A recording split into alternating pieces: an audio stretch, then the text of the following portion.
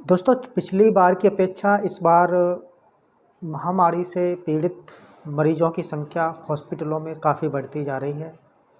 देखने में आ रहा है कि दिल्ली जैसे महानगरों में, जिसे भारत की राजधानी कहा जाता है, ऑक्सीजन की कमी से बहुत से लोग इस महामारी से जूझ रहे हैं और काफ़ी ऐसी घटनाएं सामने आ रही हैं जो बहुत ही अप्रिय हैं।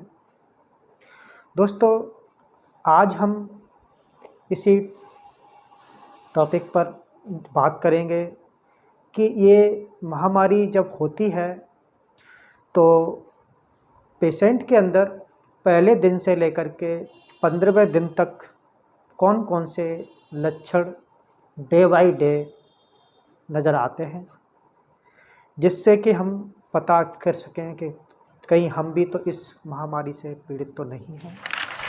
नमस्कार दोस्तों, मैं हूं डॉक्टर दिनेश शाक्या और आप देख रहे हैं नमो योगा यूट्यूब चैनल। दोस्तों, अगर आपने अभी तक नमो योगा यूट्यूब चैनल को सब्सक्राइब नहीं किया है तो सब्सक्राइब करें और साथ में बने हुए बेल आइकन को भी प्रेस करें। तो ऐसे में सभी से अपील की जा रही है कि आप घरों में रहें, घर से बाहर ना निकलें। अगर बहुत ही आवश्यक है, अगर घर से बाहर जाना तो मास्क लगा कर जाएं और फिजिकल डिस्टेंस अवश्य रखें। दोस्तों, क्या आप जानते हैं कि पहले दिन से 15वें दिन तक अगर कोई व्यक्ति इस महामारी से पीड़ित है तो उसमें कौन कौन से लक्षण दिखाई देते हैं? अगर आप नहीं जानते हैं तो आइए जानते हैं।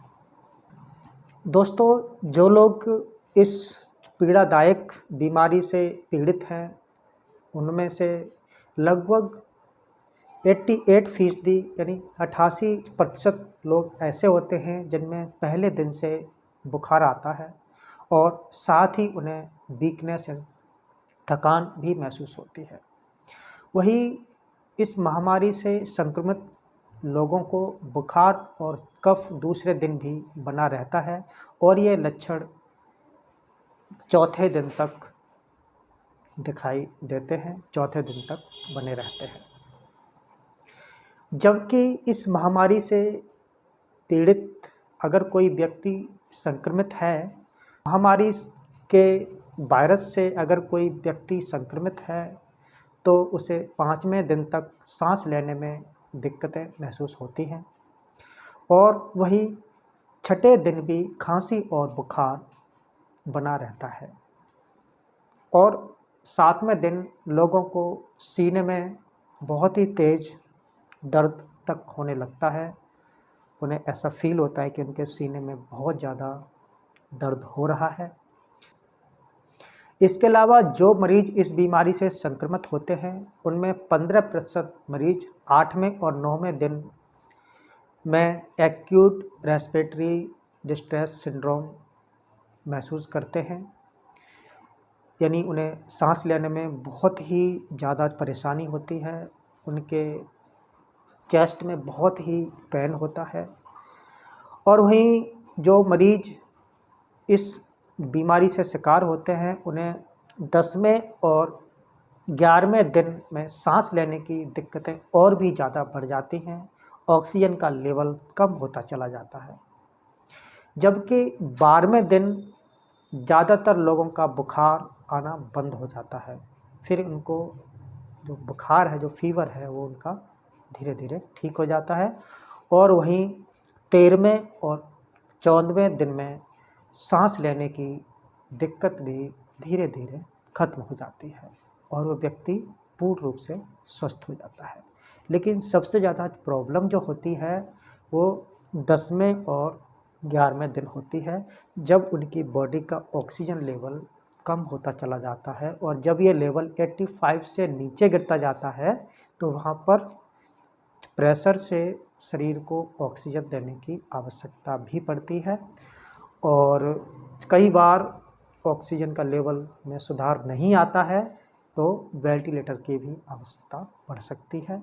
लेकिन इस बीच में आप सीटी स्कैन अपने चेस्ट का कराते रहें, कहीं लंग्स में कोई बहुत ही ज़्यादा प्रॉब्लम तो नहीं है। दोस्तों, ये जो सिम्टम्स हैं ये काफ़ी जो इस महामारी के जो पेशेंट्स होते हैं उनमें देखने को मिले हैं, लेकिन ज़रूरी नहीं कि ऐसे सिम्टम्स सभी जो इस महामारी से संक्रमित व्यक्ति हैं उनको देखने को मिलें। तो अगर ऐसे सिम्टम्स किसी भी व्यक्ति को देखने को मिलते हैं तो आप सचेत रहें, सुरक्षित रहें, घर पर रहें और कोशिश करें कि घर से बाहर ना निकलें। अगर बहुत ही आवश्यक हो तो घर से बाहर जाएं। और हाँ, एक कोशिश और करें कि अपने घर पर भी किसी को ना आने दें, और अगर बहुत ही आवश्यक है तो उसको भी पूरी तरह से सैनिटाइज करें, उसके हाथ साबुन से धुलाएं और उचित दूरी बनाए रखें। दोनों व्यक्तियों के फेस पर मास्क होना बहुत ही अनिवार्य है। तो ये लक्षण दिखाई देते हैं। आज देश पूरी तरह से इस पैंडेमिक महामारी से जूझ रहा है। मुझे उम्मीद है कि हम जल्द से जल्द स्वस्थ होंगे और फिर से नए भारत की स्थापना करेंगे और हमारा जीवन फिर से उसी पटरी पर फिर से लौट के आएगा जहाँ पर हम पहले से खुशहाल थे। दोस्तों, अगर आपने अभी तक हमारे YouTube चैनल को सब्सक्राइब नहीं किया है तो सब्सक्राइब करें और साथ में बने हुए बेल आइकन को भी प्रेस करें, जिससे कि हम आपको आप तक पहुंचाते रहें इस पैंडेमिक से संबंधित सभी आवश्यक जानकारियां और आप उनको समझकर सुरक्षित रहें और खुश रहें। धन्यवाद।